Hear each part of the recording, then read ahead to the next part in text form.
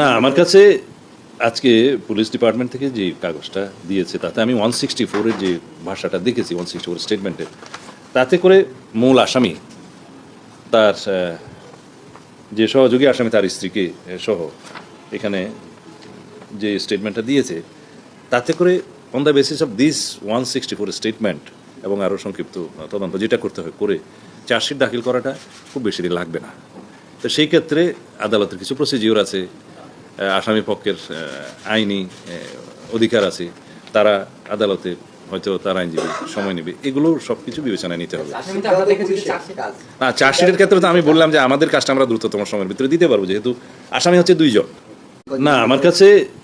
আজকে police department থেকে যে কাগজটা দিয়েছে তাতে আমি 164 এর যে ভাষাটা দেখেছি, 164 স্টেটমেন্টে,